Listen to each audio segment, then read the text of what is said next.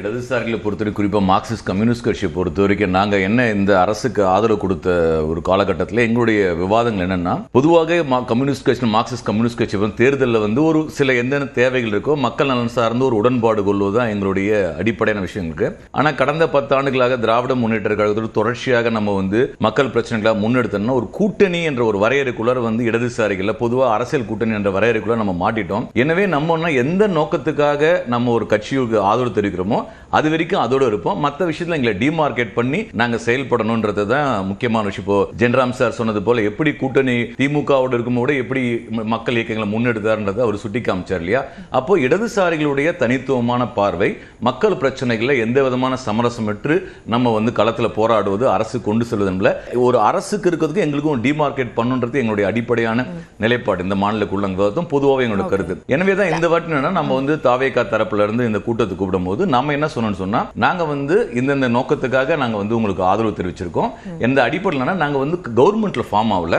எனவே நம்ம வெளியில இருந்து ஆதரவு கொடுத்திருக்கோன்ற அடிப்படையில் தான் இன்றைக்கு இடதுசாரி கட்சியுடைய தலைவர்கள் அப்படி கூட்டணிக்குள்ள இருந்தா தனித்தன்மை இழப்பு ஏற்படும் அப்படின்னு நினைக்குதா இல்ல. நாங்க கம்யூனிஸ்ட் கட்சிகளை பொறுத்தவரை மற்ற கட்சிகளுக்கும் கம்யூனிஸ்ட் கட்சிகளுக்கும் வித்தியாசம் நாங்க தொகுதி உடன்பாடு தான் எங்க வார்த்தையே. ஆனால் கடந்த ஒரு 10 ஆண்டுகள் அந்த வார்த்தையை மங்கி போயிடுச்சு. அது காரணம் நாங்களும் தொடர்ந்து ரொம்ப நாளா திமுக கூட்டணி கட்சி மாதிரி ஒரு முத்திரை எங்களுக்கு மேல குத்தப்பட்டது. கம்யூனிஸ்டுகள் அப்படி கிடையாது. ஒரு சட்டமன்ற நாடாளுமன்ற இடங்களுக்காக நாங்க ஒரு அரசியல் எங்களுடைய அரசியல் விட்டு கொடுக்க மாட்டோம்.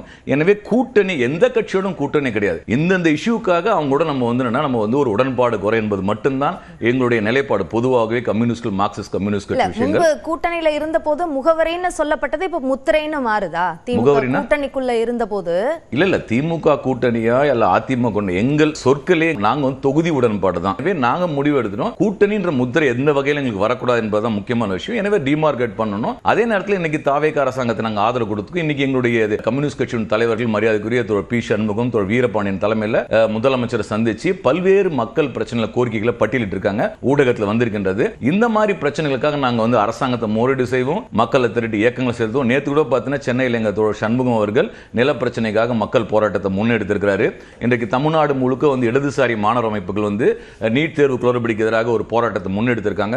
இப்படி மக்களை அரசியல் மயமாக்கக்கூடிய பணிகளில் இடதுசாரி கட்சிகள் தனித்துவமாக செயல்படும். அது ஏன் கூட்டணிக்குள்ள இருந்தா அப்படி செயல்பட முடியாதுன்னு நினைக்கிறீங்களா? கூட்டணி என்ற வார்த்தை எங்களுக்கு நம்ம கம்யூனிஸ்டுகளுக்கு எங்களுக்கு உடன்பாடு இல்ல. அந்த உடன்பாடு இல்ல அப்படின்ற முடிவுக்கு நீங்க வர்றதுக்கு வசதியாக இருந்தது என்னன்னா தேர்தலுக்கு பிந்தைய கூட்டணி வெளியிலிருந்து ஆதரவு அளிக்கக்கூடிய ஒரு சூழல் ஏற்பட்டதுனால. தேர்தலுக்கு முன்பு அப்படி கூட்டணின்னு அமைக்கப்பட்டா அது கூட்டணி தானே நீங்க போயிருக்க வேண்டியது. கூட்டணினா எங்களை பொறுத்தவரைனா இப்ப கேரளாவில் நாங்க இடது முன்னணி கூட்டணி வச்சிருக்கோம். மேற்கு வங்கத்தில் நாங்க ஆட்சியில் இருந்திருக்கோம். அது என்னன்னா ஒரு மாநில அரசாங்கத்தை பொறுத்து கம்யூனிஸ்டுகளுக்கு ஒரு பார்வை இருக்கு. இந்த மாநில அரசாங்கத்தை நாங்க எப்படி நடத்த முடியும்னு சொல்லிட்டு இப்ப திமுகவுல தாவேகம் மற்ற கட்சிகள் ஒரு முதலாளித்துவ கட்டமைப்புக்குள்ள என்ன செய்ய முடியும்னு பார்ப்பாங்க. இடதுசாரிகள் அதை தாண்டி இந்த கட்டமைப்பை தாண்டி ஒரு உழைக்கும் வர்க்கத்தின் நலன் சார்ந்து ஒடுக்கப்பட்ட மக்கள் நலன் சார்ந்து எப்படி திட்டங்களை தீட்டுவது என்றது முடிவெடுப்போம். ஃபார் எக்ஸாம்பிள் நீங்க பாத்தீங்கன்னா கேரளாவில் இங்க 4 தொகுப்பு சட்டங்களை அமுல்படுத்தணும்னு சொன்னபோது கேரளாவில் இருக்கிற அரசாங்கம் நாங்கள் முடியாது நிராகரித்தோம். நிராகரித்தது மட்டுமல்லாமல் அதுக்கு ஆல்டர்னேட்டிவா உச்சநீதிமன்ற நீதிபதி தலைமையில் ஒரு குழு அமைச்சு